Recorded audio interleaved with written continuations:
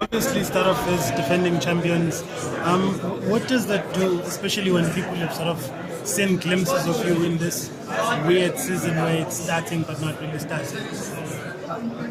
Can you repeat? I'm saying you're starting off as defending champions. I mean, it's a place you're familiar with. How are you finding that, and what do you think it's done that the weird way the season is starting? How do you think that's going to shape how the league starts? No, to be honest, it's always a tough one for Sundowns because from the beginning they are a team to beat.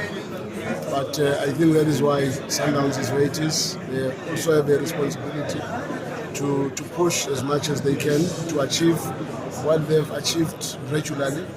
But fully understand that they are not entitled to winning the championship. It's not always easy. We try every year and we work very hard. We put a lot of things in our game to make sure that we always present elements of surprise to the opponents. But this one is going to be even more difficult for us. If you consider the number of competitions that we are involved in and looking at when the season is starting, when it's normally tight with a season that starts at the beginning of August. So this one presents a completely different scenario, which is why we have to try maybe to make sure we've got a slightly broader squad than normal, because we also have a responsibility to try and make sure that we keep the team fresh throughout the season, because just when the season ends, that's when the Club World Cup starts. So it becomes very difficult for us, but I believe we've got the team and the ammunition to really fight and make sure that we try and win this first one, because it will be very important. If DSTV started and ended with us, why not the Betway as well? Mentally, how are the players with 3 games not only a game? What's the talk to them to make sure that they're No, we did not go 3 games without winning. Maybe your stats are wrong. Is this season, will this season be more about managing expectations, especially from maybe your technical team, you guys? Is it more expectations than really anything else in this? But the season will still be about winning. We have a responsibility. We've got the resources. We've got everything that is necessary to win. So we should try and push to win. We know very well the MTN8 has always been that cup that is a challenge for us.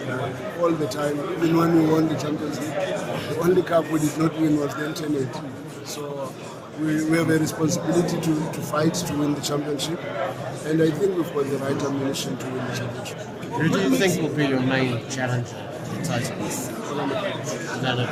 Not Stellenbosch. Why? Can I ask why? But I don't think they've got enough depth to sustain themselves throughout the season. And why Pirates? Because they've got enough depth and quality. How are you digesting, the fact that so much has been said about you, especially after this first 2 defeats, spotlight, everybody's looking at you, don't care about how the team plays, but the result is what counts at the end of the day. When you are leading an orchestra, try to turn away from the crowd. It's always important. What makes this team, Sundowns team, such a good league team? I mean, we look at the last 2 seasons, instead of the gap closing between you and the second team, it actually widened, and this team has been the benchmark for the last decade. The truth is depth and quality. I think that is number 1. Number 2, I think the club culture of working very hard, giving everything that we are supposed to get, and get all the details about every team that we play against. And we hardly go into a match not knowing exactly what to expect. And that's why we become so disappointed when we lose a match that we were supposed to win.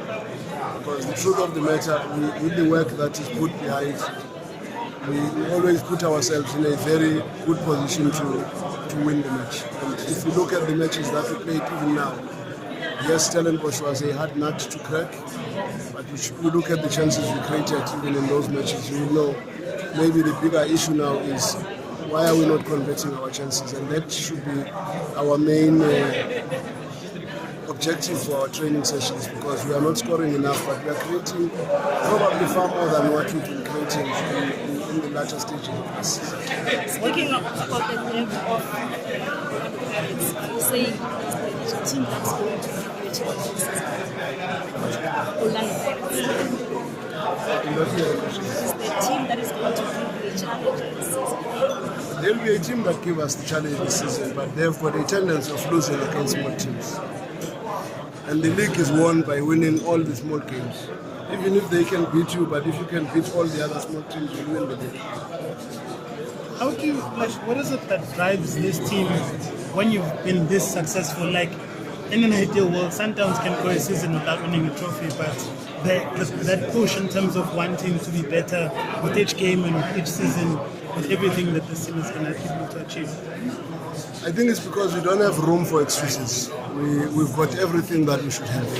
And when you've got everything that you asked for as a coach, the only thing that is left for you is to try to make sure that you fight to win games, you fight to create more scoring opportunities, you fight to keep more clean sheets. And if you can do that, even if you don't get clean sheets, but if you try to score more than the opponents from the chances that you create, you should still win the match. Sometimes a more interesting match is a match where you win with 5-3, because with 8 goals in a match, it brings people to come to the stadium the following match.